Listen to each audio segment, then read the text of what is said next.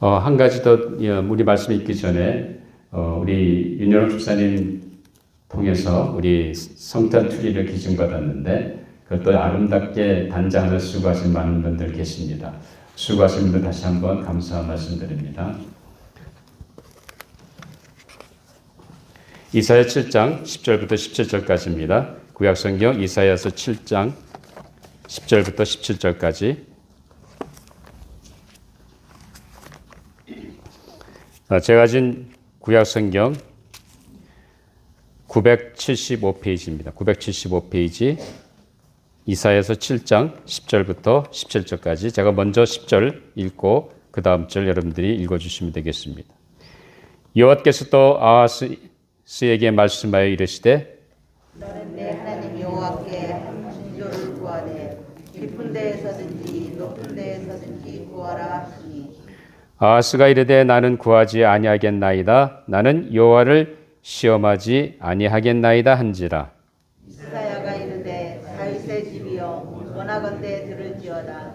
너희가 사람을 괴롭히고서 그것을 작은 일로 여겨 또 나의 하나님을 괴롭히려 하느냐. 그러므로 주께서 친히 징조를 너희에게 주실 것이라. 보라, 처녀가 잉태하여 아들을 낳을 것이요 그의 이름을 임마누엘이라 하리라. 그가 악을 버리며 선을 택할 줄 알 때가 되면 옮긴 젖과 꿀을 먹을 것이라. 대저 이 아이가 악을 버리며 선을 택할 줄 알기 전에 내가 미워하는 두 왕의 땅이 항폐하게 되리라. 17절 같이 있습니다. 여호와께서 에브라임이 유다를 떠날 때부터 당하여 보지 못한 날을 너와 내 백성과 내 아버지 집에 임하게 하시리니 곧 아수르 왕이 오는 날이니라. 아멘. 하나님의 말씀이었습니다. 이제 잠깐 기도하고 우리 말씀을 나누도록 하겠습니다. 아버지 하나님 감사합니다. 저희들에게 대강절을 맞아 또 주님의 오심을 준비할 수 있도록 인도해 주심을 감사합니다. 무엇보다 이 땅에 이미 오신 그 예수 그리스도를 그 의미를 생각하며 대강절을 통해서 다시 한번 임마누엘 하시는 주님의 놀라운 성탄의 소식을 기뻐하며 그 은혜 안에 머무는 우리의 삶이 되게 하여 주시옵소서.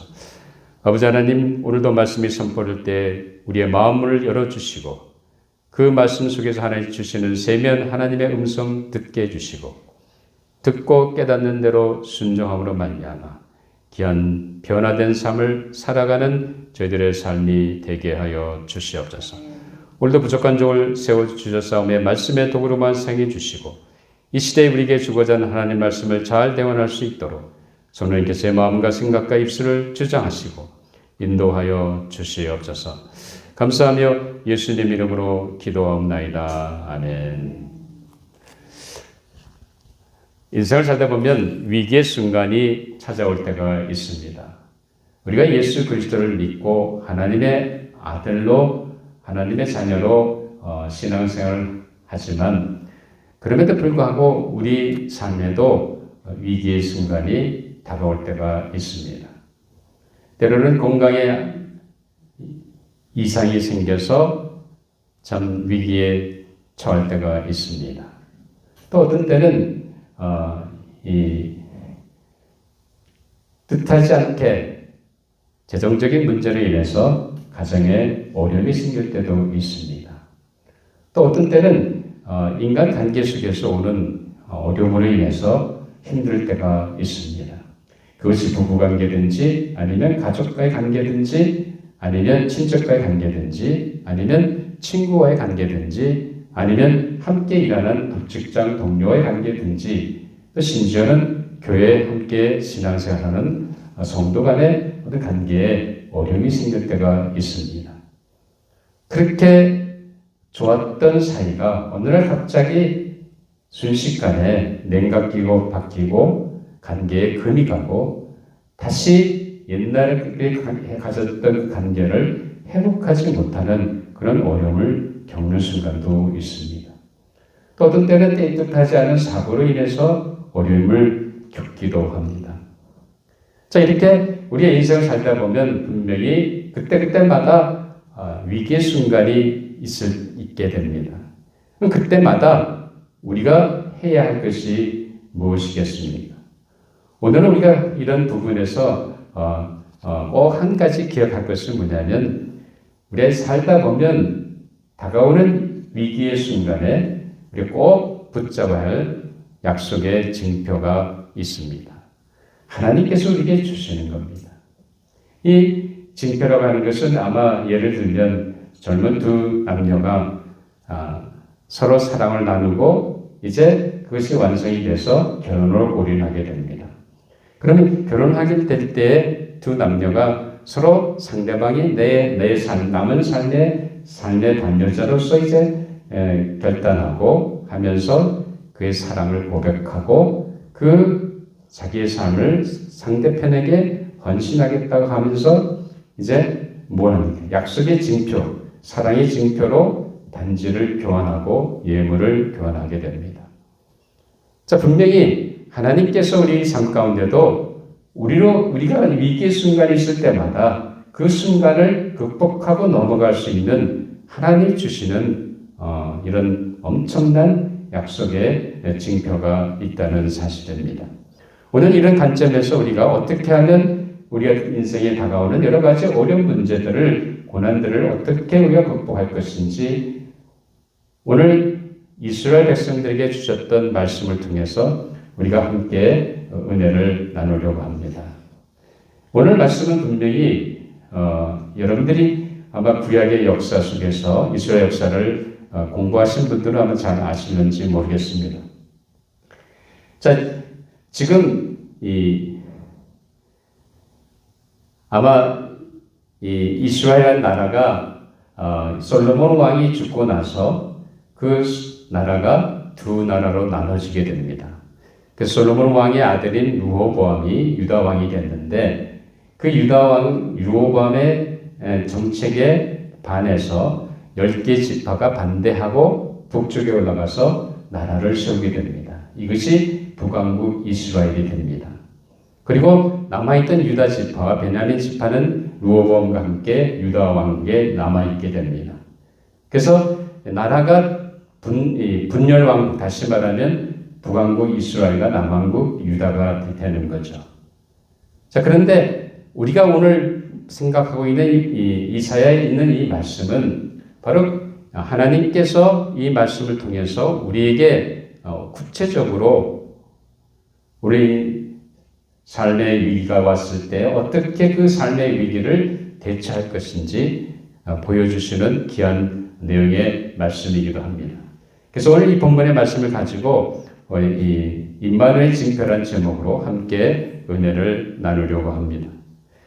자, 이사야 선지는 아마 여러분들이 아시는지 모르겠습니다만 기원전 한 740년경, 다시 말하면 우시야 왕이 죽은 뒤에 하나님의 부르심을 받게 됩니다. 그리고는 요담과 아하스 그리고 히스기야 왕 시대까지 그가 예언 활동을 하게 됩니다. 그래서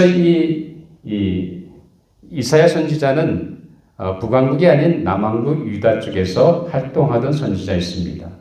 그러니까 북왕국 이스라엘 나라가 멸망되기 20년 전에 이사야는 유다 땅에서 하나님의 부르심 받고 이 선지자로서의 활동을 하는 것이 통해서 나온 것이 이사야에 있는 말씀입니다. 자, 이 당시 아마 그 당시 정치적 여러 가지 정세를 살펴보면 아시리아라고 하는 제국이 상당히 용맹을 펼치고 있었습니다. 다시 말하면 이 고대 군동 지방의 이 패권을 쥐고 있는 나라가 아시리아라는 나라였습니다. 근데 이런 아시리아라는 나라의 세력이 점점 강해지니까 북왕국 이스라엘이라는 나라가 그 아람이라고 하는, 다시 말하면 시리아죠. 오늘 말하는 시리아인데 아람과 함께 공동 동맹을 맺게 됩니다. 그러면서 동맹을 맺으면서 남왕국 유다 아하스 왕한테 초청하는 거예요. 자, 우리가 같이 동맹을 맺어서 저 대적 아수리아를 침략을 준비하자는 겁니다. 그런데 그 이스라엘과 아람의 동맹 제안에 이 아하스 왕은, 유다 왕 아하스는 단번에 거절합니다. 거절하게 되니까 이 에브라임과 시리아, 다시 말하면 이스라엘과 시리아의 동맹이 이 남왕국인 유다를 침공하려고 그런 심각한 위기 상황 속에 처해 있는 것이 오늘 주어진 본문의 실제적인 상황이었습니다. 자, 그러면 그렇게 아람과 이스라엘의 동맹을 통해서 남왕국 유다가 협조하지 않으니까 그들이 이 남왕국 유다를 침략하려고 했습니다. 그때 이 장면을 우리 이사야서 7장 2절에 있는 말씀,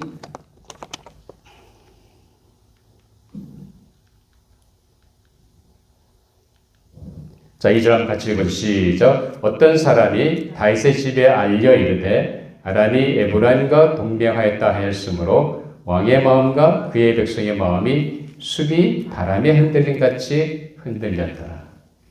지금 유다왕 아하스는 상당히 위기 상황에 빠져 있습니다. 시리아와 이스라엘의 동맹군이 자기 땅을 침략하게 되는 그런 위급한 상황 속에서 그들이 심하게 떨고 그리고 두려워했던 것을 우리는 이 말씀에서 보게 됩니다. 자, 이런 상황 속에서 이 하나님께서 이 두려움과 떨고 있는 그 아하스 왕한테 하나님 찾아서 하시는 말씀이 있습니다.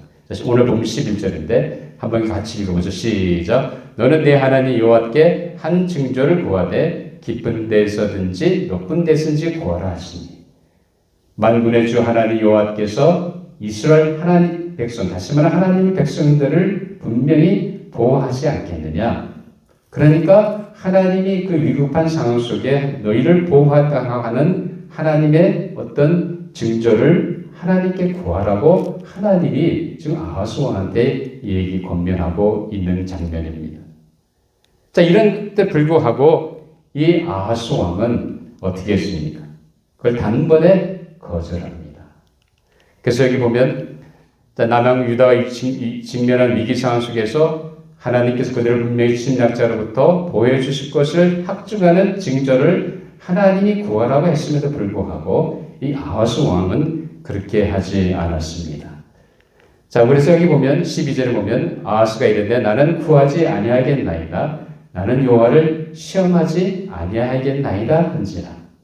자, 이 아하스 왕의 말을 들으면 상당히 하나님을 시험하지 않겠다고 하는 당당하고 좋은 태도같이 보입니다.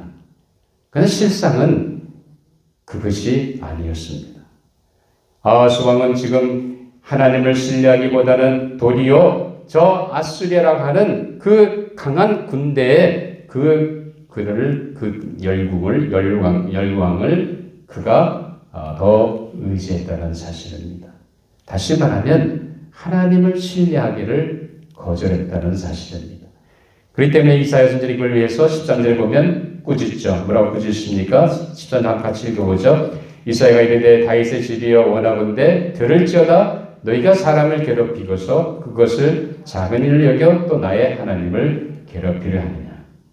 분명히 이사야 선지자는 알았습니다. 당신이 하나님을 시험하지 않겠다고 말은 그렇게 하는데 실상은 그것이 아니라 하나님을 신뢰하기보다는 저 강한 군대 아수리아를 의지하려고 하는 그의 마음을 이사야는 읽은 것입니다.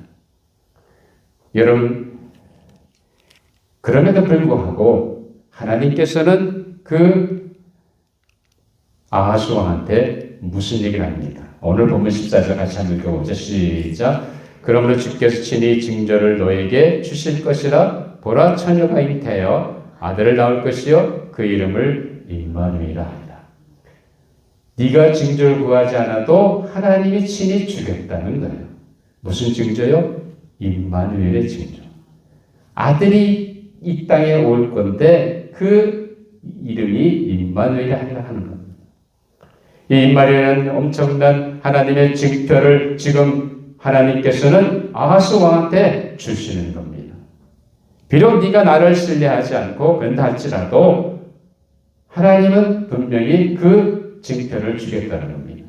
그래서 이사야 8장에 넘어가면 하나님께서 이사야에게 아들을 주십니다. 그것이 가깝게는 이 징조가 이루어지는 것이고 더 멀리 가서는 2000년 전 이 땅에 오신 유다 땅의 베들레헴의 이 땅에 오신 바로 예수 그리스도의 탄생, 바로 메시아의 탄생을 멀리 바라보고 말씀하는 겁니다. 어쨌든 지금 하나님께서는 분명하게 오늘 아하스와 그 아람과 그 다음에 이스라엘의 연합군에 의해서 자기들이 위험하게 되는 그 위험의 순간, 두렵고 떠는 그 순간에 하나님 분명히 그들에게 말씀하십니다. 바로 임마누엘의 징조를 주시겠다는 겁니다. 이 하나님께서 변함없이 자신의 백성들을 지키시고 인도하시겠다는 분명한 약속을 여기서 보여주고 계십니다. 그렇다고 한다면 이 임마누엘의 징표라고 하는 것은 과연 무슨 의미가 있습니까? 바로 위기 가운데도 하나님께서 함께 하시겠다는 분명한 약속입니다. 위기가 나올 때마다 하나님이 함께 하시겠다는 겁니다. 이 엄청난 약속을 하나님은 장차 오실 메시아를 통해서 다시 한번 우리에게 말씀해 주고 있다는 사실입니다. 그렇다고 한다면 자, 이 임마누엘의 징표라고 하는 것이 구체적으로 오늘 현대를 살아가는 우리 그리스도인들에게 삶에 무슨 의미가 있습니까? 첫째, 중요한 것은 임마누엘의 징표는 다른 것이 아니라 하나님만을 신뢰하라는 말씀입니다. 여러분, 왜 하나님이 우리와 함께 하십니까? 이거 뭐예요? 여러분 정말 하나님이 나와 함께 하시는 것을 믿습니까? 왜 주님이 여러분과 함께 하세요? 자, 분명하게 예수님께서는 마태복음 28장 20절에 이렇게 얘기하죠. 내가 너에게 분부한 모든 것을 가르쳐 지키게 하라. 볼지어다 내가 세상 끝날까지 너희와 항상 함께 있으리라 하십니다. 주님은 분명히 약속하셨습니다. 세상 끝날까지 분명히 나의 삶 가운데 주님은 함께 하시겠다고 분명한 약속을 우리에게 주셨습니다. 여러분, 왜 주님이 우리와 함께 하길 원하십니까? 나와 함께한 하나님을 신뢰하고 살라는 거예요. 여러분, 삶 가운데 예수 그리스도를 내 삶의 구세주와 주인으로 모셨다고 한다면 그 주님이 여러분 삶 속에서 순간순간마다 어떤 분이 되셔야 합니까? 과연 그 주님을 신뢰하고 그 주님이 주님이라고 한다면 그 주님이 내 인생의 주인인 것을 믿고 나간다고 한다면 우리는 항상 누구의 말을 들어야 됩니까? 주님의 말을 들어야 되는 거예요. 내 생각, 내 결단, 내 계획을 가지고 살아가는 것이 아니라 주님께서 내 삶을 통해서 말씀하시는 분명한 주님의 마음을 읽고 그 마음을 따라 살아가는 것이 이것이 바로 주님을 따라가는 겁니다. 근데 우리는 마치 꽃다는 보리자루라 그러나요? 처럼 예수님은 우리의 심령의 창고 안에 가두고 주님이 아무런 나의 삶에 영향이 없습니다. 어떤 때는 주님을 찾는데 급할 때는 주님을 찾죠. 근데 평소에 여러분의 삶의 현장에서 순간순간마다 그 주님을 신뢰하고 그 주님이 만약 내 인생의 주인 되시고 그분이 하나님이라고 한다면 그분을 정말로 신뢰한다고 한다면 그분께 길을 쫑긋하고 들어야 되잖아요. 주님이 무엇을 말씀하시는지, 주님이 어떻게 하기 원하시는지, 주님께 내 인생을 지배하도록 다시도록 맡기며 나가야 됩니다. 오늘 임마누엘의 징표는 오늘 우리에게 첫 번째 주시는 메시지는 다른 것이 아니라 하나님을 신뢰하라는 거예요. 다른 것 신뢰하지 말아요. 우리는 자꾸 사람을 의지할 때가 많잖아요. 남편을 의지하고 아내를 의지하고 또 부모를 의지하고 자식을 의지하고 그리고 돈을 의지하고 내가 지금까지 쌓아놓은 모든 것을 의지하려고 합니다. 근데 정작 중요한 건 뭐예요? 우리가 돈도 필요하고 남편도 필요하고 아내도 필요하고 자식도 필요하지만 내 지혜도 필요하고 내 능력도 필요하지만 더 중요한 것이 뭐예요? 하나님. 정말 하나님이 내 인생의 주인 되시고 주님이 바로 내 인생을 다스리는 위대하신 주님이라고 한다면 우리는 순간순간마다 그 주님 앞에 드려야 됩니다. 그 주님이 무엇을 말씀하십니까? 주님과 소통하는 가운데 주님께서 말씀하려 나가는 것이 이것이 우리의 신앙이 되어야 줄 압니다. 오늘 임마누엘의 징표라는 다른 것이 아니라 하나님만을 신뢰하며 살아가는 거예요. 하나님이 우리와 함께 하신 것은 다른 것이 아닙니다. 나와 함께 하신 그 하나님을 신뢰하고 하나님이 인도하신 대로 주님이 인도하신 대로 따라오라는 삶을 우리에게 주님은 권면하고 계십니다. 그래서 우리의 일상생활 속에서 늘 함께 하시는 주님을 신뢰하고 살라는 것이 오늘 하나님께서 임마누엘의 표정을 통해서 우리에게 주시는 귀한 말씀입니다. 자, 그렇다고 한다면 요한복음 14장 2절에 보면 예수님이 이런 얘기 하십니다. 우리 같이 한번 읽어보죠. 너희는 마음에 근심하지 말라. 하나님을 믿으니 또 나를 믿으라. 여러분 정말 하나님을 신뢰하고 주님을 신뢰한다 한다면 우리가 걱정거리가 있고 근심거리 있을 때 어떻게 됩니까? 걱정해야 되겠어요? 어떻게 되죠?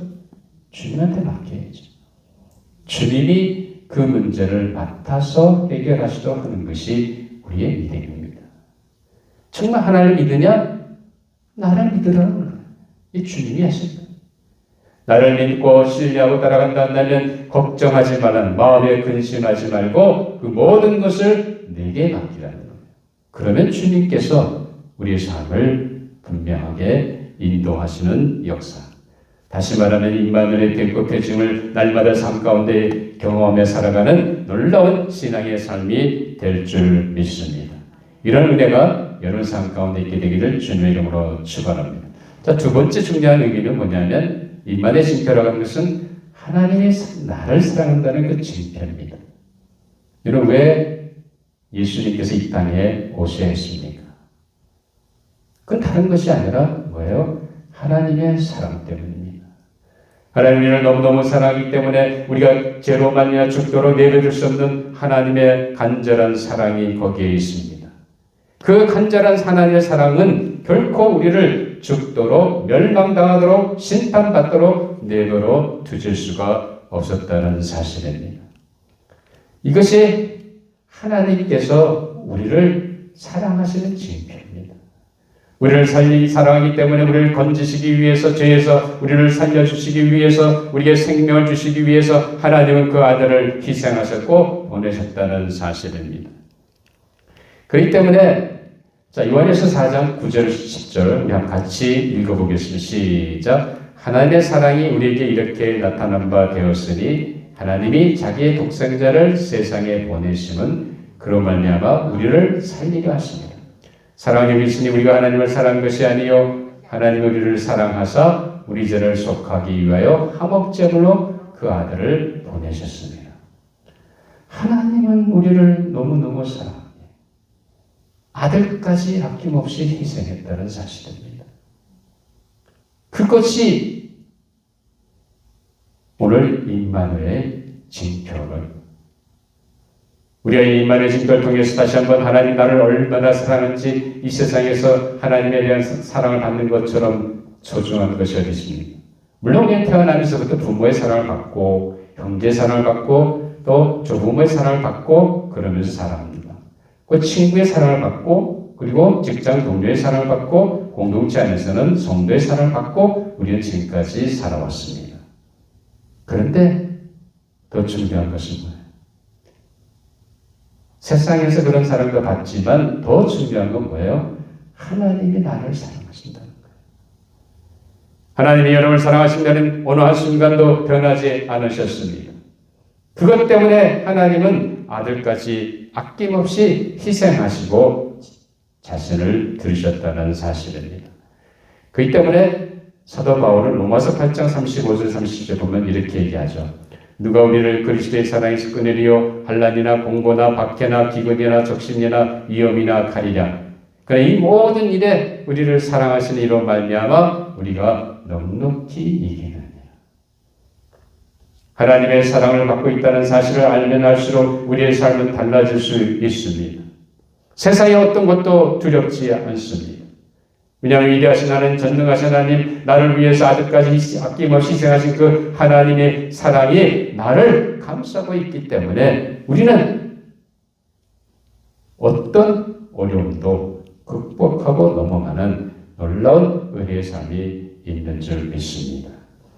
하나님의 사랑을 날마다 경험하시면서 하나님께서 주신 임마누엘의 징표의 삶을 경험하며 살아가는 성도 여러분 되시기를 주님의 이름으로 축원합니다. 세 번째 중요한 것은 뭐냐면 우리가 하나님의 보호 아래 있다는 징표입니다.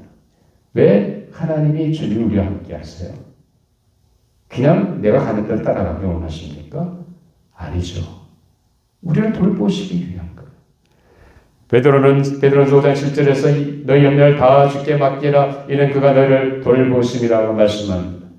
우리는 하나님의 자녀로 분명히 하나님께서 우리를 자녀로서 우리를 책임져 주신다는 사실입니다.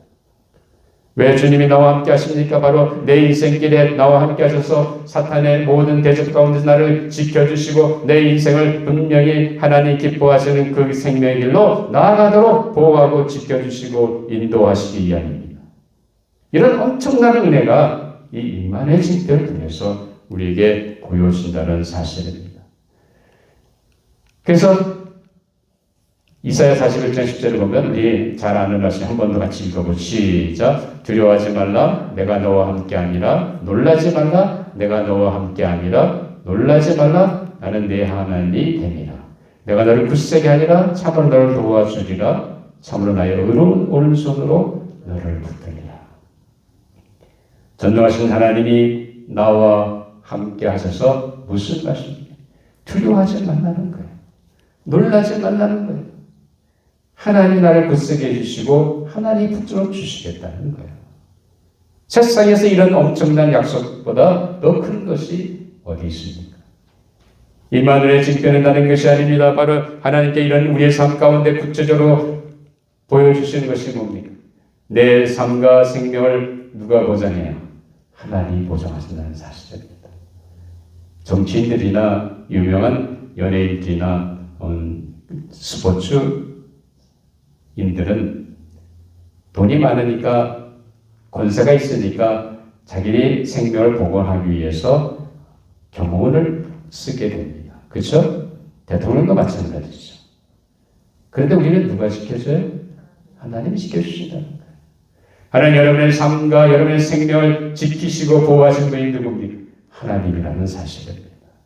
이 엄청난 사실을 생각한다면 우리가 순간순간마다 우리는 무엇을 생각해야 됩니까?